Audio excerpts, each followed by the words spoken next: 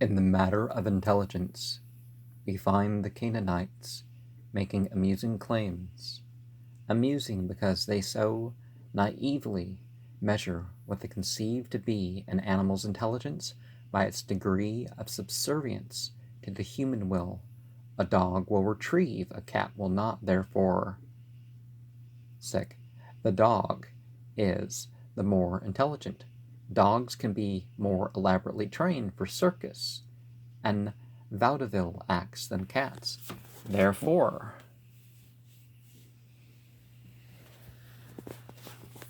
oh, oh, they are cerebrally superior. Now, of course, this is all the sheerest nonsense. We would not call a weak-spirited man more intelligent than an independent citizen because we can make him vote as we wish, whereas we can't influence the independent citizen.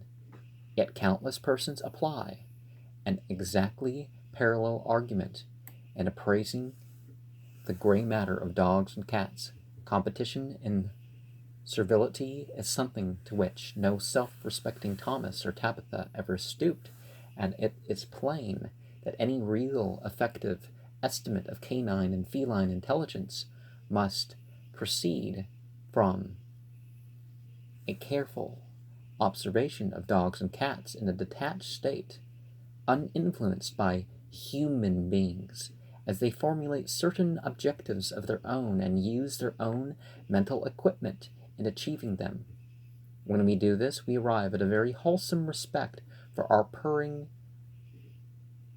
hearthside friend, who makes so little display and ado about his wishes and business methods, for in every conception and calculation he shews a steel-cold and deliberate union of intellect, will, and a sense of proportion, which puts utterly to shame the emotional sloppings over and docilely acquired artificial tricks of the clever and a faithful pointer.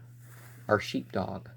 Watch a cat decide to move through a door and see how patiently he waits for his opportunity, never losing sight of his purpose even when he finds it expedient to feign other interests in the interim. Watch him in the thick of the chase, and compare his calculating patience and study of his terrain with the noisy flounderings and pawing of his canine rival. It is not often that he returns empty-handed. He knows what he wants and means to get it in the most effective way, even at the sacrifice of time, which he philosophically recognizes as unimportant in the aimless cosmos. There is no turning him aside or distracting his attention, and we know that among humans this very quality of mental tenacity, this ability to carry a single thread through complex distractions, is considered a pretty good sign of intellectual vigor and maturity. Children, old crones, peasants, and dogs ramble. Cats and philosophers stick to their point. In resourcefulness, too, the cat attests his superiority. Dogs can well be trained to do a single thing, but psychologists tell us that these responses to an automatic memory instilled from outside are of little worth as indices of real intelligence. To judge the abstract development of a brain confronted with new and unfamiliar conditions, and see how well its own strength enables it to achieve its object by sheer reasoning without blazed trails. Here the cat can silently devise a dozen mysterious and successful alternatives, whilst poor Fido is barking in bewilderment and wondering what it is all about. Granted that Rover,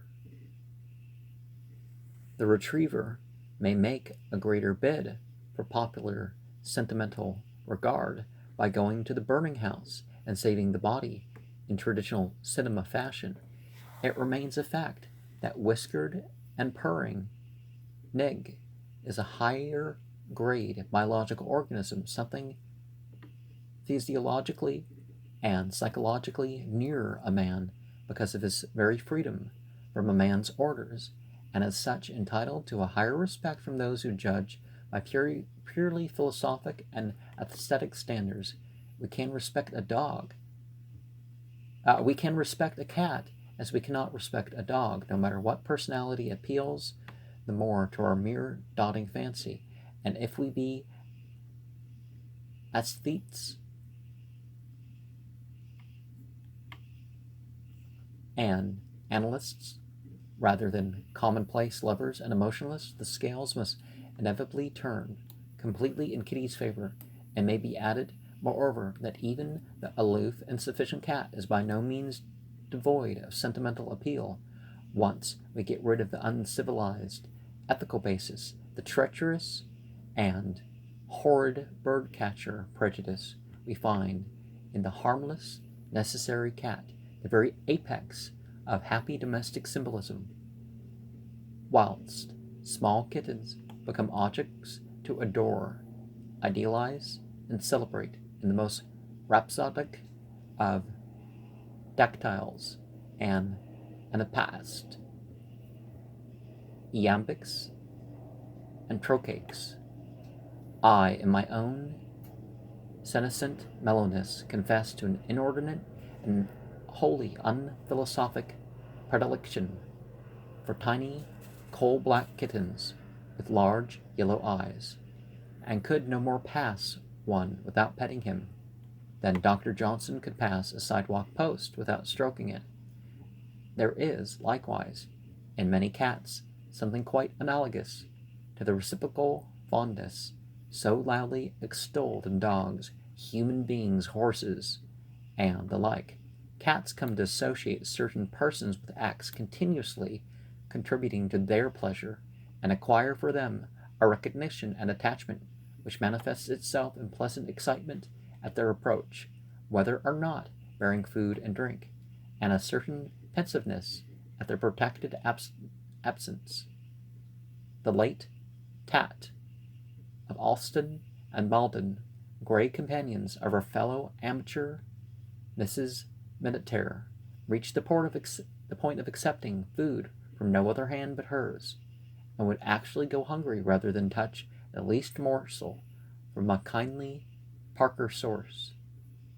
He also had distinct affections among the other cats of that idyllic household, voluntarily offering food to one of his whiskered friends, whilst disputing most savagely the least glance which his coal-black rival Snowball would bestow upon his plate. If it be argued that these feline fondnesses are essentially selfish and practical in their ultimate composition, let us inquire in return how many human fondnesses, apart from those springing directly from primitive brute instinct, have any other basis, after the returning board has brought in the grand total of 0. We shall be better able to refrain from ingenious censure of the selfish cat. The superior imaginative inner life of the cat, resulting in superior self-possession, is well known. A dog is a pitiful thing, depending wholly on companionship and utterly lost except in packs or by the side of his master. Leave him alone, and he does not know what to do except bark and howl and trot about till sheer exhaustion forces him to sleep. A cat, however, is never without the potentialities of contentment. Like a superior man, he knows how to be alone and happy. Once he looks about and finds no one to amuse him, he settles down to the task of amusing himself, and no one really knows cats without occasionally peeked stealthily at some lively and well-balanced kitten which believes itself to be alone. Only after such a glimpse of unaffected tail-chasing grace and unstudied purring can one fully understand the charm of those lines which Coleridge wrote with reference to the human rather than the feline young, a limber elf singing, dancing to itself. But whole volumes could be written on the playing of cats, since The varieties and aesthetic aspects of such sportiveness are infinite. Be it sufficient to say that in such pastimes many cats have exhibited traits and actions which psychologists authentically declare to be motivated by genuine humor and whimsicality in its purest sense, so that the task of making a cat laugh may not be so impossible a thing even outside the borders of Cheshire. In short, a dog is an incomplete thing. Like an inferior man, he needs emotional stimuli from outside and must set something artificial as a god or motive. The cat, however, is perfect in himself. Like the human philosopher, he is a self-sufficient entity and microcosm. He is a real and integrated being because he thinks and feels himself to be such, whereas the dog can conceive of himself only in relation to something else. Whip a dog and he licks your hand. Faugh! The beast has no idea of himself except as an inferior part of an organism whereof you are a superior part. He would no more think of striking back at you than you would think of pounding your own head when it punishes you with a headache. But whip a cat and watch it glare and move backward, hissing, outraged. In outraged dignity and self-respect. One more blow and it strikes you in return. For it is a gentleman and your equal, and will accept no infringement on its personality and body privileges. It is only in your house anyways, because it wishes to be, or perhaps, even as a condescending favor to yourself, it is in the house, not you. It likes, for philosophers realize that human beings are at best only minor adjuncts to scenery. Go one step too far and it leaves you altogether. You have mistaken your relationship to it, and imagined you are its master. And no real cat can tolerate that breach of good manners. Henceforward it will seek companions of greater discrimination and clearer perspective. Let anemic persons who believe in turning the other cheek console themselves with cringing dogs. For the robust pagan, with the blood of Nordic twilights in his veins, there is no beast like the cat, intrepid steed of Freya, who can boldly look even Thor and Odin full in the face and stare contemplatively with great round eyes of undimmed yellow or green. And so, sir, I employ the singular, since I cannot imagine that you, O Jacob Ferdinand, would have the truly feline cruelty to spring all these 10+ pages on a deserving club which has never done you any harm. I believe I have outlined for you with some fullness the diverse reasons why, in my opinion, and in the smartly timed title phrase of Mr. Van Doren, gentlemen prefer cats, the reply of Mr. Terhune in a subsequent issue of the Tribune appears to me beside the point, insomuch as it is less a refutation of facts than a mere personal affirmation of the author's membership in that conventional, very human majority who take affection and companionship seriously, enjoy being important to something alive, measure merit by devotion and human purposes, hate a parasite on mere ethical grounds, without consulting the right beauty to exist for its own sake, and therefore love man's noblest and most faithful friend, the perennial dog. I suppose Mr. Terhune loves horses and babies also, for they go conventionally together, and the great 100%ers' credo as highly essential likings for every good and lovable Heman of the Arrow Collar and Harold Bright Wright Hero School, even though the motor car and dear Mrs. Sanger have done much to reduce the last two items.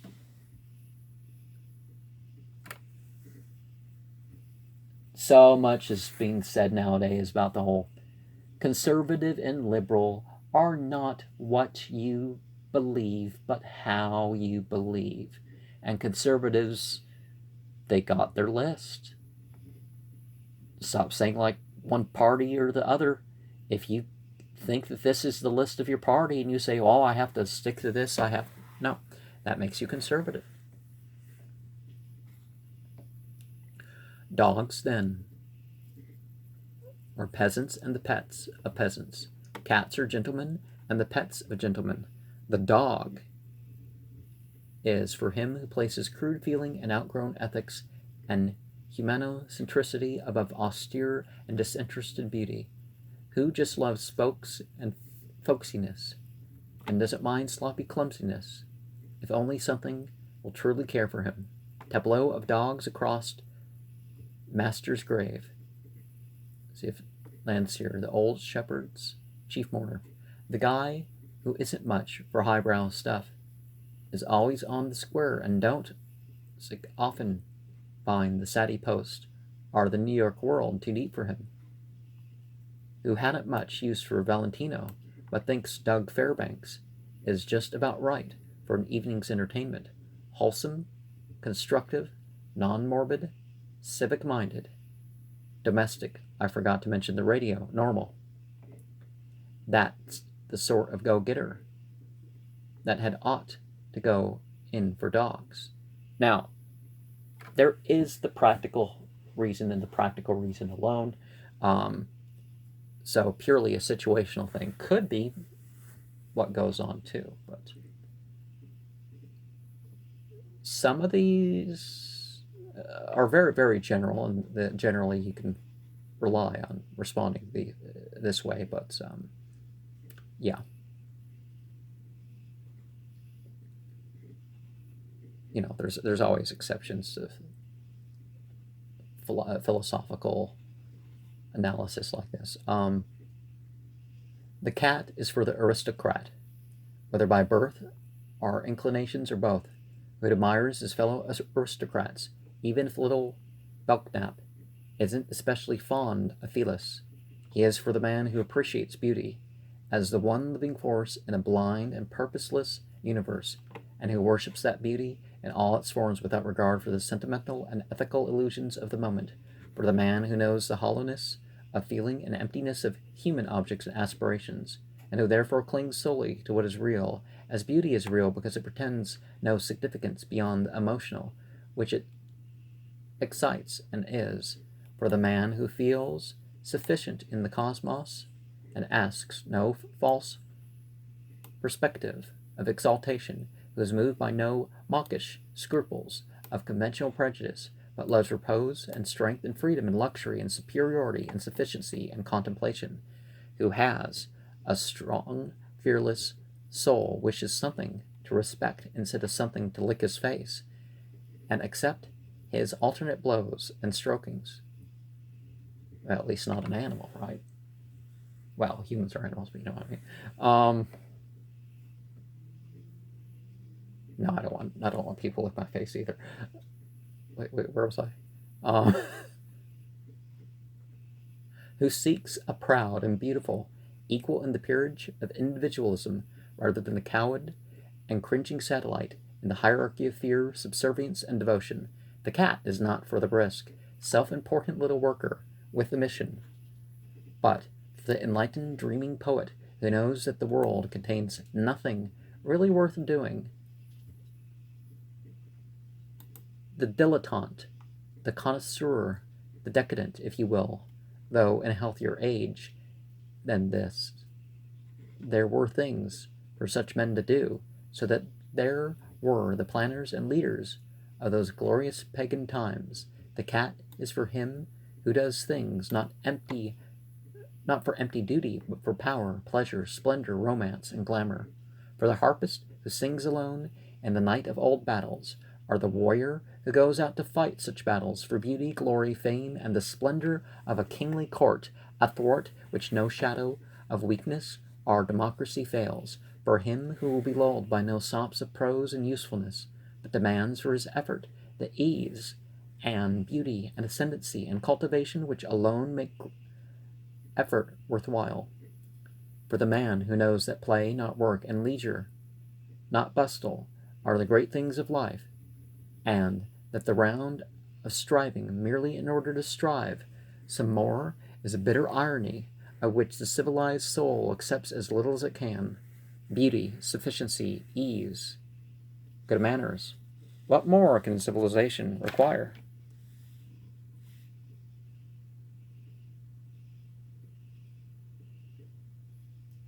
We have them all in the divine little monarch who lounges gloriously on a silken cushion before the hearth.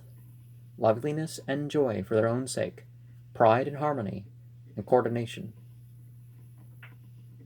spirit, restfulness, and completeness, all here are present, and need but a sympathetic disillusionment for worship in full measure. What fully civilized soul but would eagerly serve as a high priest of Bast, the star of the cat, I think, is just now in the ascendant, as we emerge little by little from the dreams of ethics and democracy, which clouded the 19th century and raised the grubbing and unlovely dog to the pinnacle of sentimental regard. Whether a renaissance of monarchy and beauty will restore our Western civilization, or whether the forces of disintegration are already too powerful for even the fascist sentiment to check, none may yet say, and in the present moment of cynical world unmasking, between the pretense of the 1800s and the ominous mystery of the decades ahead, we may have at least a flash of the old pagan perspective and the old pagan clearness and honesty, and one idol lit up by that flash, seen fair and lovely on a dream throne of silk and gold under a chryselephantine dome, is a shape of deathless grace, not always given its due among groping mortals, the haughty, the unconquered, the mysterious, the luxurious, the Babylonian, the impersonal, the eternal companion of superiority and art, the type of perfect beauty and the brother of poetry, the bland, grave, competent, and patrician cat. And, well, America was set up as a constitutional republic. So was Iran. But the difference is Iranians are enduring, artful,